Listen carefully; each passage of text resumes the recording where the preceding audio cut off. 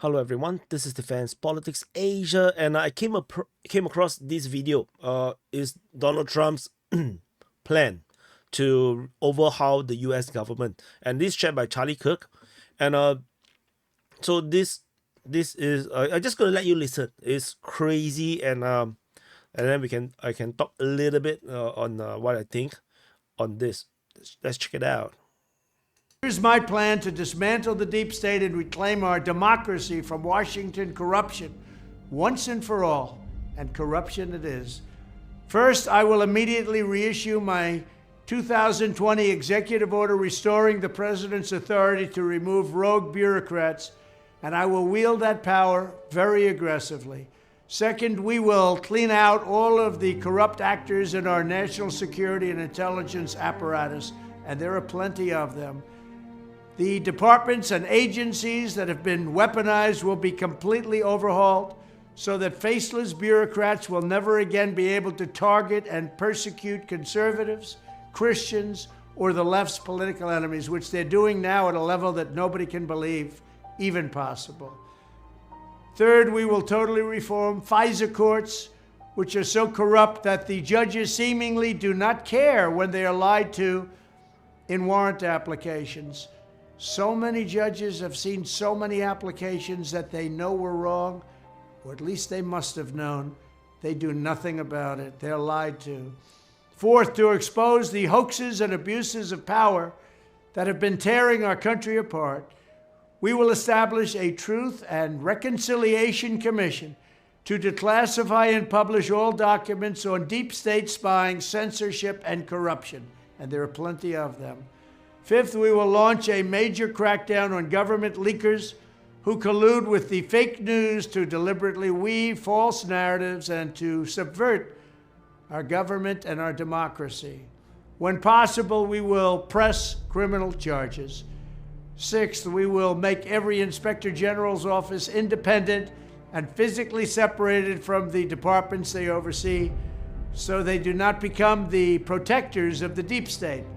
Seventh, I will ask Congress to establish an independent auditing system to continually monitor our intelligence agencies to ensure they are not spying on our citizens or running disinformation campaigns against the American people, or that they are not spying on someone's campaign like they spied on my campaign.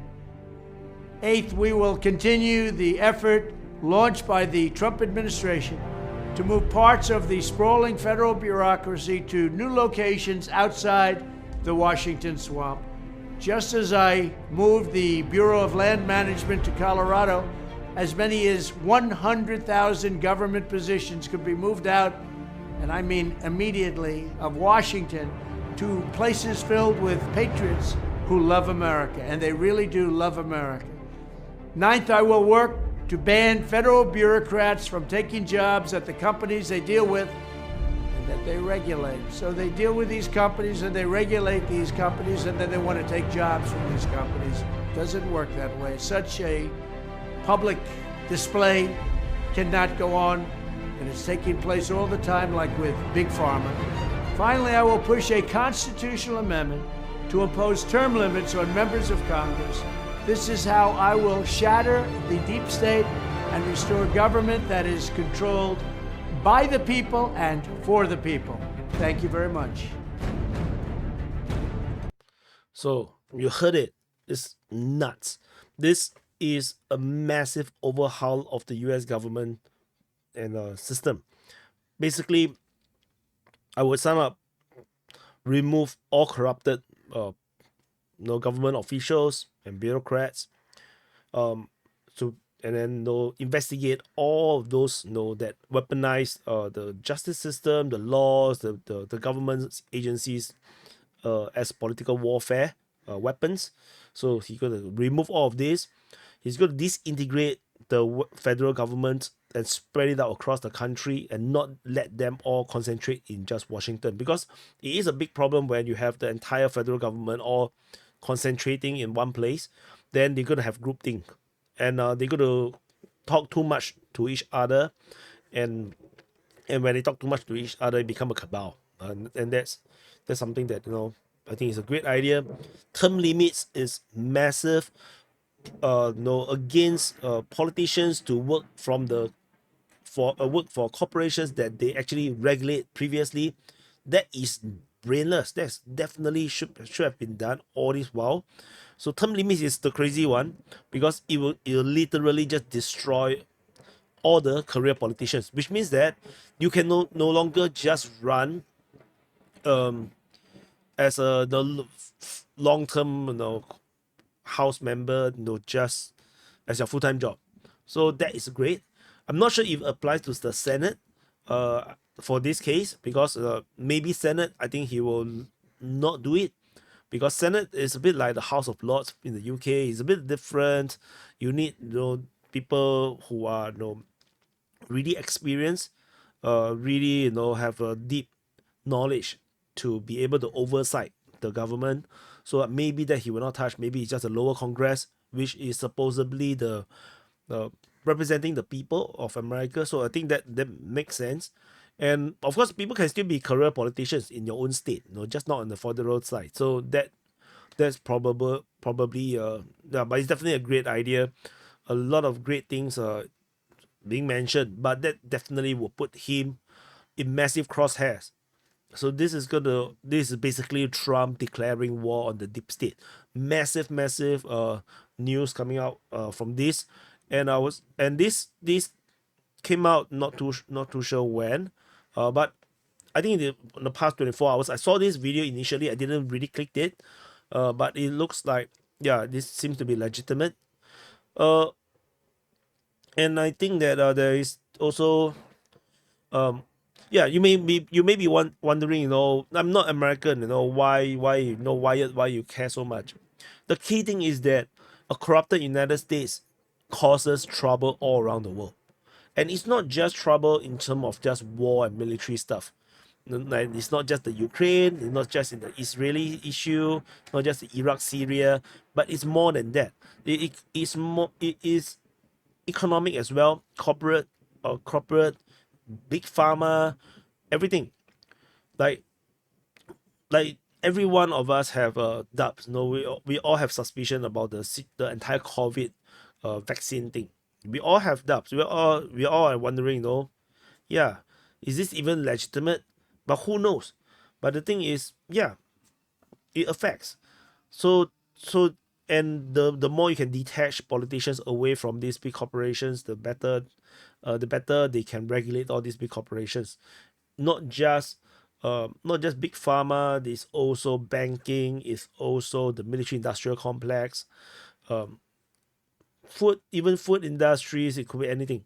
So and whatever, and the thing is, United States, when the FDA or whatever, when they make a regulation, they basically take the lead for the rest of the world. The whole world usually tends to follow the United States, and because everybody trusts the United States agencies, like FDA and whatnot. No, food, FDA is like the Food and Drug Authority or agency. So, like, when the US lists something as good or okay to use, the rest of the world tends to take hint and feel like, oh, if the United States says so, then most likely it's okay. And this affects the whole world. So it's not just United States. United States has outsized influence on the rest of the world, which is why I care so much about US politics, because it affects everyone. And and if United States have proper economic economic plans, fiscal plan, money spending plan, good control over Federal Reserve, if there is a proper use of its military might to really police and help to keep the world a safer place, use their tariff or their diplomatic influence to keep countries from going to war, that would be a much greater good. And Trump have done it before in the first 4 years as president. During his term, no new wars happened, and basically everyone is scared of him. Everybody was scared of him, and really, just like decided to okay, they hold on their plans until Biden came in and everybody just unleashed. So so this is why it's important to me. This is also why it's important to you, because I know 60 to 70% of you guys are not Americans. So, but this is why the U.S. deep state is a danger. And oh yeah, and also censorship. Is like he also talked about how he going to review and he going to charge all these intel agencies or whatever agencies that that leaks information to the media, they try to control the media. All these are going to stop, and this is great for channels like DPA, because even though I'm half a globe away, I'm basically totally on the opposite side of the earth. I'm 100% affected by whatever nonsense that's currently happening in the United States in terms of censorship, in terms of misinformation, in terms of how they're trying to manipulate social media and the media itself. And maybe with all these things being done, maybe DPA can hyper grow, because yeah, I always felt DPA is seemingly suppressed somehow. Particularly when the first year of the Ukraine war, DPA was really suppressed, like first year of war. Now it's a bit different. Now it's just competition. There's just too small a market. So, but it is what it is. I feel like this is a super important message, and I hope that Donald Trump will get it done. And so far from that his first term, he really do his best to fulfill his campaign promise, which is why I supported him a lot, more than when he was first running. First running was like, I just don't want Hillary Clinton. I think Trump is a good idea.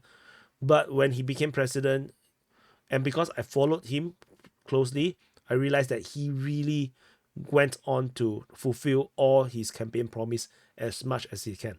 And that was a mind-blowing thing, because I've gone through, when I was much younger, when I started to get a bit more politically aware. That was Bill Clinton, and then you have George H.W. Bush. That no one, and then Obama, no one fulfills their campaign promises. Everybody just use campaign promises to win elections, and they don't do anything about it. Donald Trump is the only one that I realized that I really experienced in my entire life, that a US president actually try his best to fulfill his campaign promise. And so I have great hopes. So, and he has a great team supporting him. So, and it's going to be very different from 2016, because after he won 2016, it was all the rhinos, the people who are Republican in name only, but they are all part of the deep state, part of this bigger mechanism, and